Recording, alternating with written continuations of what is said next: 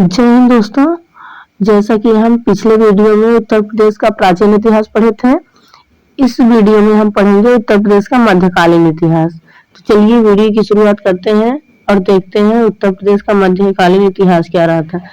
जैसा कि मध्यकाल में भारत पर आधिपत्य स्थापित करने वाले दिल्ली सल्तनत के शासकों और मुगलों का उत्तर प्रदेश में गहरा संबंध रहा था। किस तरह से उनका संबंध था? तो बहुत गहरा था। मध्यकाल में भारत आए थे, भारत पर शासन किए थे, तो उनका संबंध यूपी से बड़ा गहरा था। और यूपी में इन शासकों द्वारा जौनपुर और फिरोजाबाद जिलों की स्थापना भी की गई थी। ये नगर भी उन्हीं के द्वारा बसाए गए थे। विश्व प्रसिद्ध कई स्थापत्य, कई विरासत जो विश्व विरासतें हैं, जैसे ताजमहल, जहाँ पर्यटक घूमने जाते हैं, जैसे ताजमहल, आगरा का किला, फतेहपुर सीकरी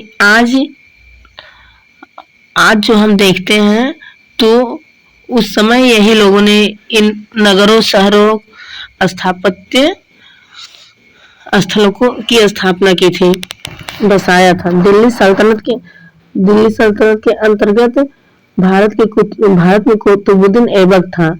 तो भारत में कुतुबुद्दीन ऐबक 1206 में गुलाम वंश की स्थापना की थी। एक गुलाम था, मोहम्मद गोरी का गुलाम था। तो ये जब स्थापना करेगा तो गुलाम वंश का करेगा। तो ये भारत में 1206 में गुलाम वंश की स्थापना की थी।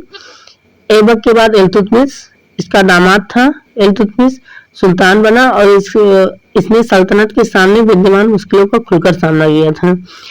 जो मुश्किलें थी, ये उसका खुलकर सामने डटकर मुकाबला किया था। इसने मंगोलों के आक्रमण, फिर ये गुलाम वंश का शासक यहाँ था। गुलाम वंश के शासक के पश्चात ही मंगोलों ने आक्रमण कर दिया था। तो सल्तनत की रक्षा की जिम्मेदारी किसके कंधे पर आ गई थी? इल्तुतमिश के। तो इसने डटकर सामना किया था मंगोलों से।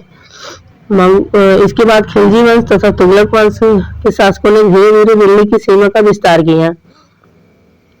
फिर धीरे धीरे गुलाम वंश का अंत हुआ, खिलजी वंश आया, फिर तुगलक वंश आया। इस तरह से धीरे धीरे शासकों ने दिल्ली की सीमा का भी विस्तार किया था। वर्तमान उत्तर प्रदेश का अधिकांश क्षेत्र इन शासकों के साम्राज्य का अंग रहा। जो वर्तमान में जिस भारत को हम लोग देख रहे हैं, ये अधिकांश क्षेत्र इन शासकों के साम्राज्य का अंग था। जहां तक इनका साम्राज्य विस्तार था, इनके साम्राज्य का अंग था। तुगलक वंश के शासक फिरोज शाह तुगलक ने तो उत्तर प्रदेश में 2 नगर की स्थापना की थी। वह 2 नगर कौन कौन था? एक था जौनपुर और दूसरा आपका फिरोजाबाद और जौनपुर का निर्माण भी कराया था, यानी इसकी स्थापना भी की थी। जौनपुर वर्तमान उत्तर प्रदेश राज्य में अवस्थित प्रमुख सल्तनत कालीन नगर है, जिसकी स्थापना कौन किया था? तो फिरोज शाह तुगलक अपने भाई जौना खान, या उसका नाम था मोहम्मद बिन तुगलक की स्मृति उसकी याद में की थी। अपने भाई जौना खान, या उसी को कह लीजिए, मोहम्मद बिन तुगलक की स्मृति में की थी। तैमूर के आक्रमण के समय दिल्ली में फैली अस्थिरता का लाभ उठाकर सुल्तान मोहम्मद बिन तुगलक के एक दास मलिक सरवर, तो तैमूर का जब आक्रमण हुआ था, तो दिल्ली में जो अस्थिरता फैली थी, अस्थिरता उसी का लाभ उठाया था मोहम्मद बिन तुगलक का एक दास था मलिक सरवर। इसने सन 1394 में स्वतंत्र जौनपुर की स्थापना की थी। जौनपुर की स्थापना तो फिरोज शाह तुगलक ने कर दिया था। तो जब तैमूर का आक्रमण हुआ दिल्ली में अस्थिरता फैल गई, तो उसी का लाभ उठाकर मोहम्मद बिन तुगलक का एक दास था मलिक सरवर, जिसको ख्वाजा जहां भी कहा जाता था। तो सन 1394 में उसी को स्वतंत्र जौनपुर की स्थापना कर दी।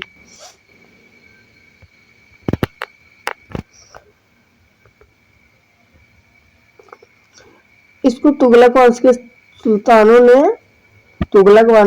सुल्तानों ने मलिक उस सर्ग की उपाधि दी थी। किसको? मलिक सरवर को तुगलक वंश का जो सुल्तान था, मलिक सर्क की उपाधि दी थी। इसी कारण इसके द्वारा स्थापित साम्राज्य को सर्की साम्राज्य कहा जाता था। जब ये अपना साम्राज्य स्थापित किए तो उसको सर्की साम्राज्य कहा जाने लगा। क्यों सर्की साम्राज्य क्यों कहा जाता था? तो यहाँ जब ये जौनपुर की स्वतंत्र स्थापना किया था तो इसको सुल्तान जो तुगलक वंश के सुल्तान थे मलिक सर्क की उपाधि दी थी। इसीलिए जब ये अपना साम्राज्य स्थापित किए तो इसका साम्राज्य सर्की साम्राज्य कहलाया। तो सर्की वंश के शासक इब्राहिम शाह ने जौनपुर में अटाला मस्जिद का निर्माण किया था। आपके जौनपुर में अटाला मस्जिद है, इसका निर्माण किसने किया था? तो सर्की वंश का शासक था इब्राहिम शाह। स्थापना इब्राहिम शाह नहीं किया था, ये शासक था। इस दौरान जौनपुर को शिक्षा, संस्कृत, कला, व्यापार का एक प्रमुख केंद्र भी माना जा सकता है। केंद्र बनाए जाने के कारण सिराज, इसीलिए इसको सिराज हिंदुस्तान यानी सिराज, ये जौनपुर में शिक्षा, कला, व्यापार का प्रमुख केंद्र बन गया था। तो प्रमुख केंद्र बन जाने के कारण इसे सिराज हिंदुस्तान कहा जाने लगा, यानी पूर्व का सिराज। जौनपुर राज्य का अंतिम शासक था हुसैन शाह सर्की। जौनपुर राज्य का अंतिम शासक हुसैन शाह सर्की था। इसकी स्थापना कौन किया था? तो इसकी स्थापना किया था मलिक सरवर, ख्वाजा जहां। और अंतिम शासक कौन था? तो अंतिम शासक हुसैन शाह सर्की था। हुसैन शाह सर्की। तो जौनपुर बहलोल, सुल्तान बहलोल लोदी ने 1484 में जौनपुर को जीतकर दिल्ली सल्तनत में मिला लिया था। कब? 1484 में सुल्तान बहलोल लोदी इसको जीत लिया था और अपनी सल्तनत में दिल्ली में मिला लिया था। जहां इसका साम्राज्य स्थापित था उसमें मिला लिया। सिकंदर लोदी ने आगरा नामक एक नए नगर की स्थापना की। तो आज जहां ताजमहल है, जिसको हम लोग ताजमहल आगरा कहते हैं कि चलिए आगरा में ताजमहल देख लेते हैं, तो उस नगर की स्थापना किसने किया था? उस नगर की स्थापना सिकंदर लोदी ने किया था।